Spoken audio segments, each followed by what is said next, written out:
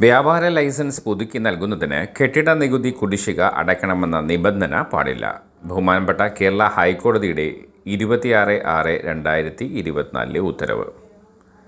പല തദ്ദേശ സ്ഥാപനങ്ങൾക്കും ഹൈക്കോടതിയുടെ ഈ വിധി അറിയില്ല.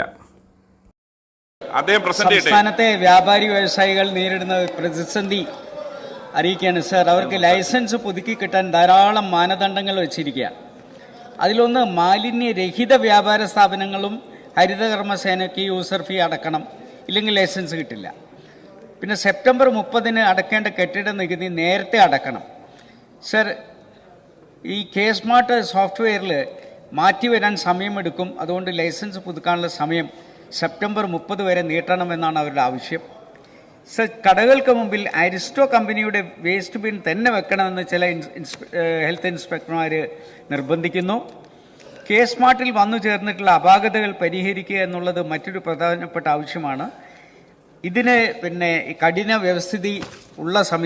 വ്യവസ്ഥകളുള്ള സമയത്ത് ഈ സത്യവാങ്മൂലം ഒപ്പിട്ട് കൊടുക്കണമെന്നും നിർബന്ധിക്കുന്നു. സർ, ഇതിലൊക്കെ വ്യാപാരികൾ നേരിടുന്ന പ്രശ്നം അത് ഗവൺമെൻറ് ഒരു ഗൗരവമായി എടുക്കണം. ഇത് കേരളത്തിലെ മുഴുവൻ വ്യാപാരികളെയും ബാധിക്കുന്ന വിഷയമാണ്. ഒന്ന്, അവർക്കത് ഡേറ്റ് നീട്ടിക്കൊടുക്കണം.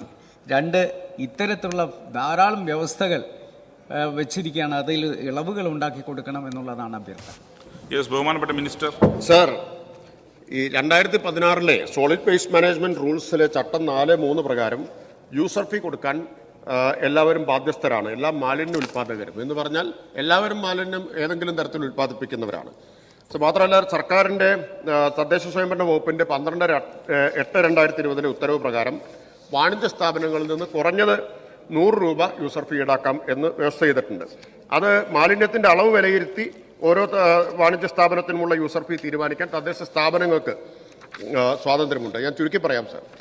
മാത്രമല്ല, നമ്മൾ നിയമസഭ തന്നെ ഭേദഗതി ചെയ്ത municipality act 326D, panchayat Raj act section 219 എന്നിവ പ്രകാരം യൂസർ ഫീ അടയ്ക്കാൻ വീഴ്ച വരുത്തുന്നവർക്ക് സേവനം നിഷേധിക്കാൻ സെക്രട്ടറിമാർക്ക് അധികാരമുണ്ട്.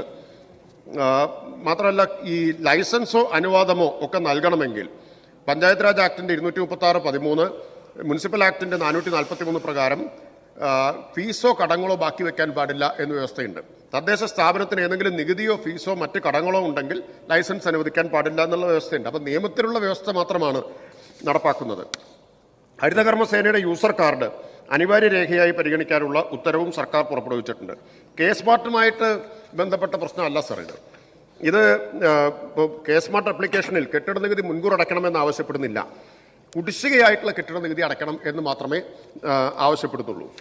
ഇപ്പോൾ നേരത്തെ പറഞ്ഞ മുനിസിപ്പൽ ആക്ടിൽ 443 പ്രകാരം കുടിശ്ശിക ലൈസൻസിക്കുണ്ടെങ്കിൽ അതടച്ചാൽ മാത്രമേ ലൈസൻസ് നൽകാൻ സാധിക്കൂ. അത് നിയമത്തിലുള്ള വ്യവസ്ഥയാണ്, സ്മാർട്ടിൽ പുതുതായിട്ട് കൊണ്ടുവന്നിട്ടുള്ള വ്യവസ്ഥയല്ല.